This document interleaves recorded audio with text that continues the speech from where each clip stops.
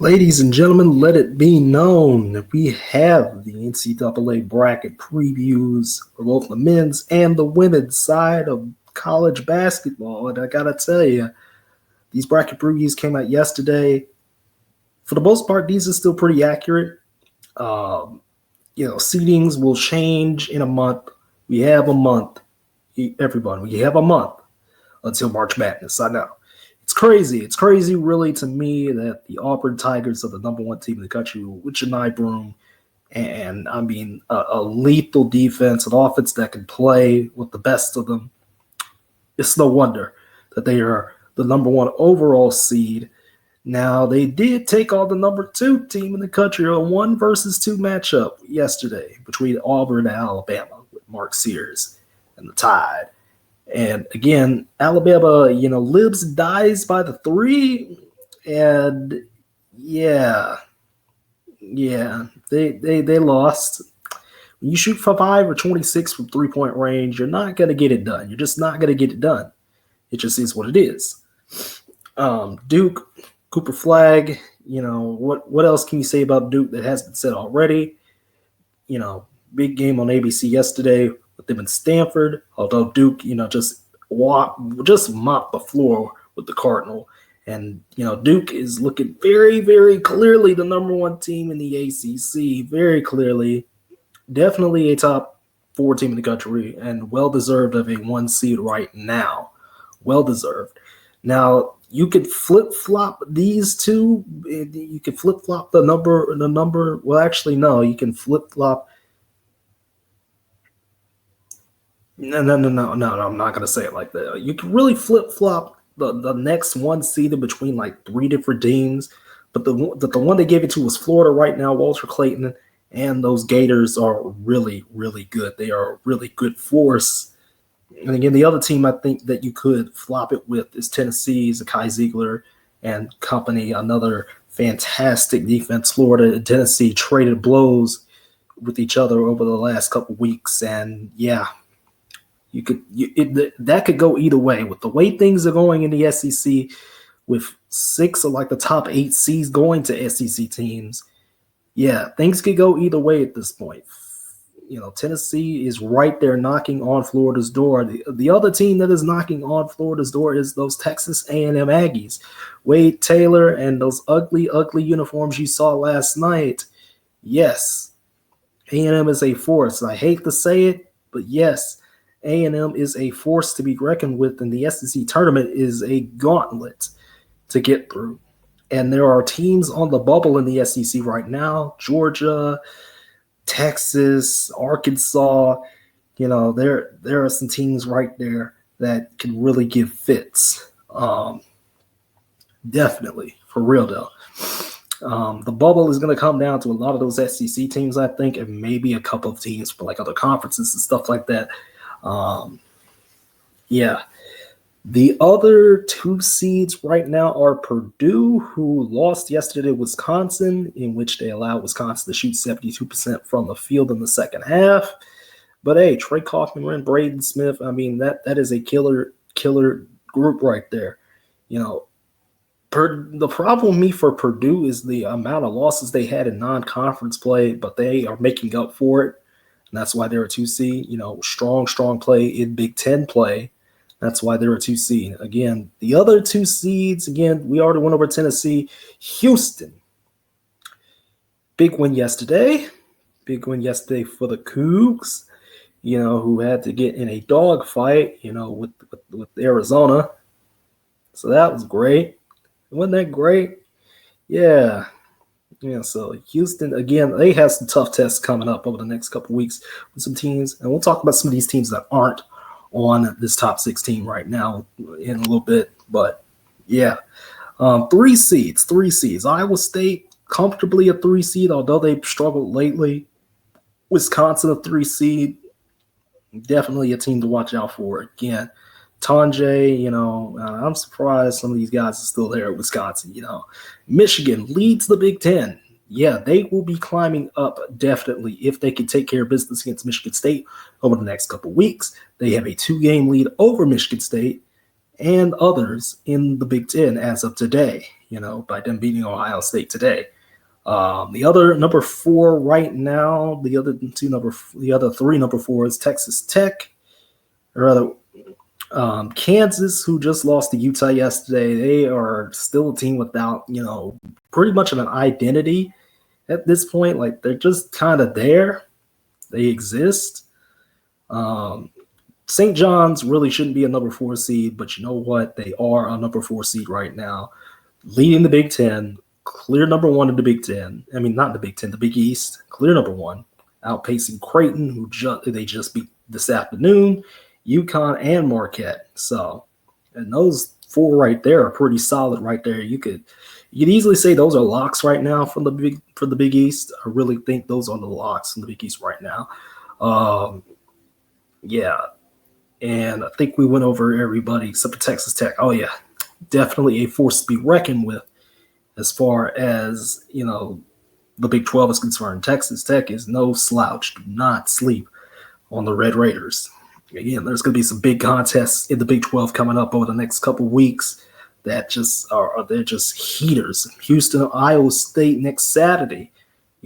Just a big, big game, man. There are big, big games everywhere in college basketball over the next couple weeks, and we got them all. We got them all ready to go. Auburn and Alabama, they will face off again on the last week of the regular season. On the last Saturday of the regular season, they will face off. Again, Michigan State is 2 times. These games will happen twice. That rivalry will happen twice, and that may decide the Big Ten, the Big East. It could be decided on the final day too if St. John's, doesn't take care of business. But I'm a believer that they will take care of business. I am a believer that they will take care of business. Again, the battle for that base, there will be 3 SEC teams. I'm just gonna let that say it right now. There will be 3 SEC teams as number 1 seeds. Who will that final number 1 seed be? God knows who that will be. It could be Florida, it could be A&M, or it could be Tennessee. Just know, there are some teams lurking. There are some teams lurking that I think you should be keeping your eye on. First off, we have those Clemson Tigers. The media kind of underrated them for a long while. They beat Duke. They're the only team that has beaten Duke in conference play. Definitely watch out for them. Another team to watch out for, Maryland. They've been sneaking quietly in there. They're borderline top 25. Missouri's another team that you need to watch out for. Really good group there. They have it coming. Again, the bubble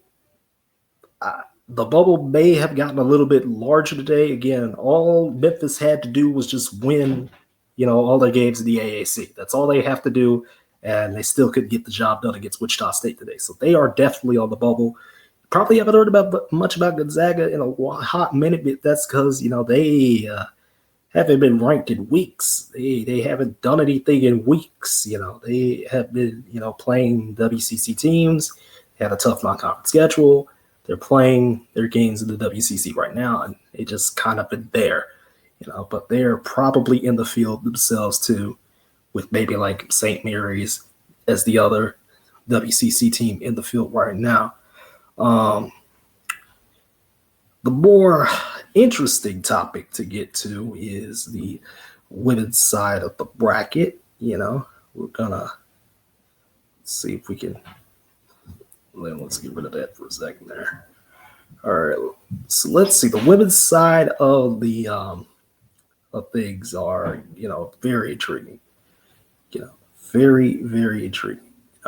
I mean, my goodness, you see what we have for the top 16 of the women's side, and you're just gonna be like, oh my God, this is great.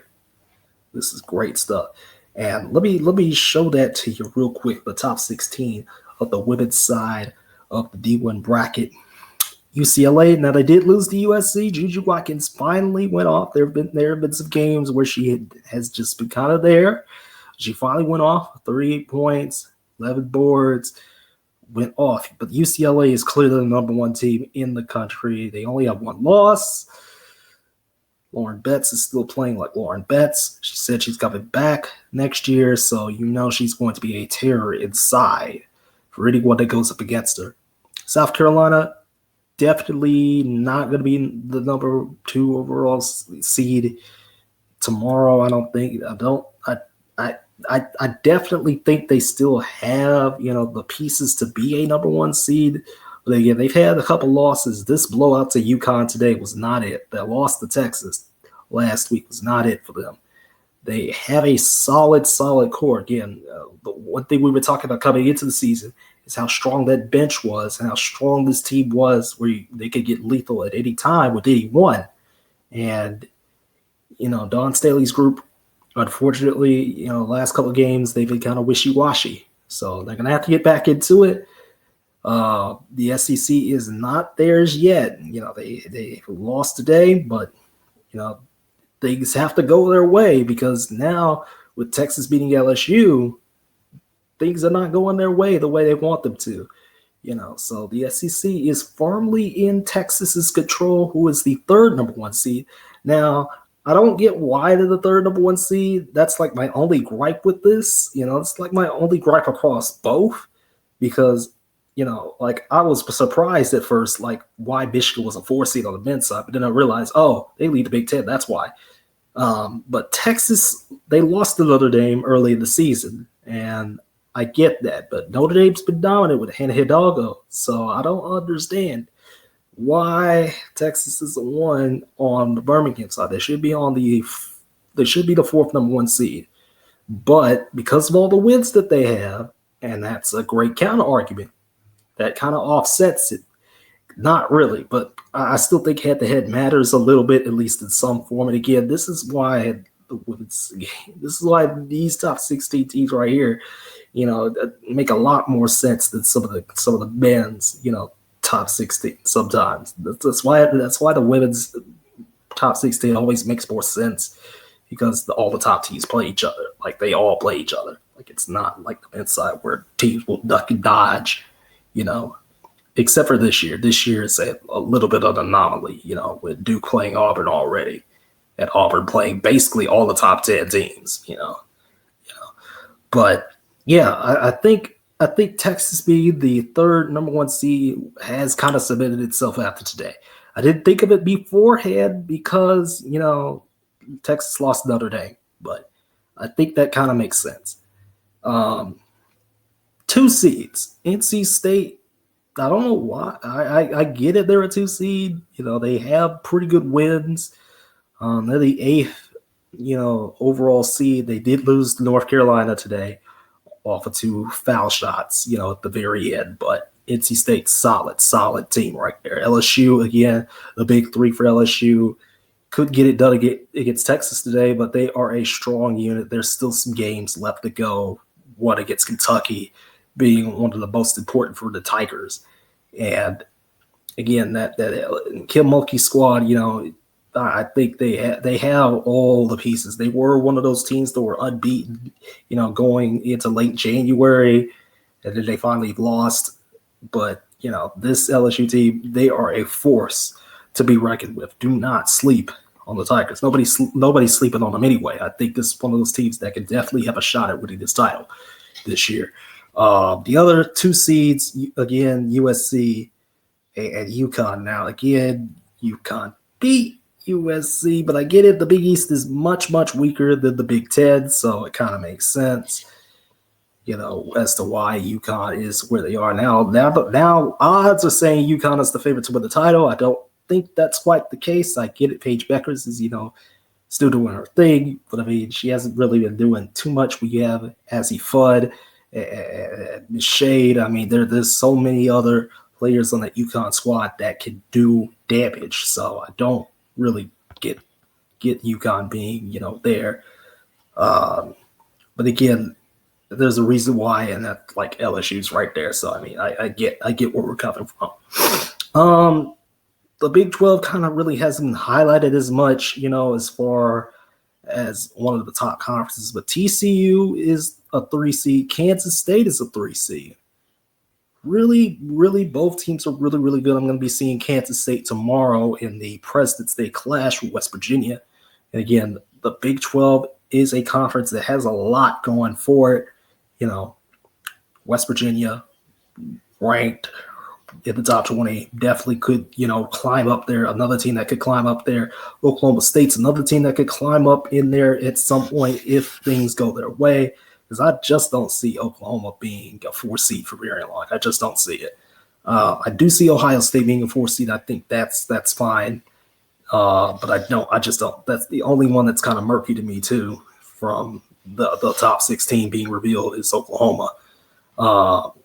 Yeah, Big 12 is really, really good. Don't Haley Van Lift and TCU. I get it. At the same time, there are other teams in the Big 12 that have stuff going for them. Kansas State, TCU. I believe they played already. I don't remember, but I do know that the Big 12 will come down to them, West Virginia, Oklahoma State, and potentially even others like Baylor. It will come down to those teams in the Big 12. And the Big 10, again, it's UCLA's world until USC and UCLA play again on March 1st, the end of the regular season. Ohio State is another team that it could do some damage, I think, in the near future. And then Kentucky is another team that can also do some damage in the near future, along with Tennessee. But again, Tennessee's losses are all in conference play. Same thing with Kentucky. Again, all these teams mostly have losses in conference play. And yeah. So I think this top 16 looks pretty solid for both sides. The only team I'm kind of uncertain about on both top 16 brackets is Oklahoma from the women's side. That's about it. And maybe switching Texas and Notre Dame. But, again, like I said, I think it's justified now that Texas is the third number 1 seed as of this moment. And then as far as the men's bracket goes, I don't really have too many complaints except for maybe Kansas. I don't think Kansas really belongs there anymore. I think there could be some other teams there. Now, while that's going on, the NBA All-Star Game is tonight. We have Team Shaq, Team Kenny, Team Chuck, and Team Candace Parker playing tonight. But who cares about all that when the Four Nations Faceoff took all the momentum from the NBA All-Star Game last night and all the All-Star Game festivities? We have Matt McClung winning the dunk contest for a third straight year. Like, why? Tyler Hero won the three-point contest. I don't really care about the Rising Stars thing. That kind of just happened. The Celebrity All-Star Game, I don't know what that was. I didn't even watch that. If you did, good on you. If you're watching the All-Star Game tonight, good on you. But the NBA is having a little bit of a problem as far as momentum goes. And it's just the way it's been. Once we get to the point where we're past the All-Star break and everything like that, once we get to that point, we have like 4 more weeks to kind of focus on the NBA before March Madness. And then, NBA kind of takes a back seat for all the festivities there. Yeah, it's going to be a problem. It's a bit of a problem. The top 4 teams in the East are teams that you should definitely be looking out for. Top 6, actually. You have the Bucks. No Giannis. He had been hurt. Last time I saw the Bucks play, Giannis was not in that game. It was Hubie Brown's final game. Man, what a legendary career for Hubie Brown, man. What a legendary career, man. That was Super Bowl Sunday. I watched that game between them and Philadelphia. Philadelphia really should be anywhere near a playoff spot or anywhere near the play-in, but they're 20-34. Joel Embiid is playing. He was dicing the Bucks up, but again, that's just not enough. The Bucks. Bucks are better in every facet. The Pacers are a top 4 team in the NBA Eastern Conference right now, which is crazy to me. Luka Doncic debuted for the Lakers, so hey, he debuted. It happened. He didn't do too much, but he should be looking to get back to where he should be, with him and LeBron, cutting up. And again, the Lakers are top 5 in the West, which is crazy.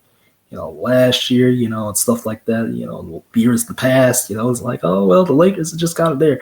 I do have a legitimate reason to, see that the Lakers can do some damage in the playoffs. I do have some legit reasons. Now, the Thunder and Grizzlies are still right there. John Morant, SGA, still right there. Joker and the Nuggets right behind.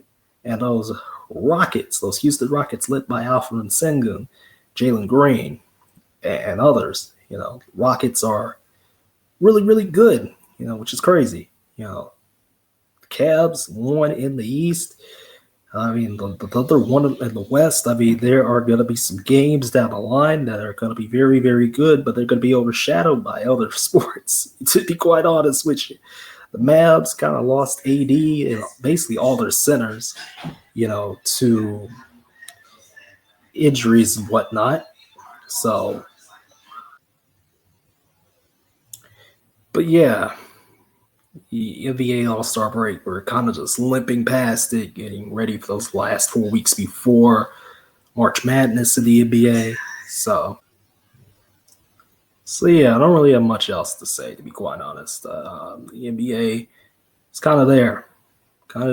We'll see by the time we get to the actual brackets and stuff. We'll see what's going on. Again, college basketball is just going to high gear. It is the right time of year to be watching college basketball. It's the right time of year, baby.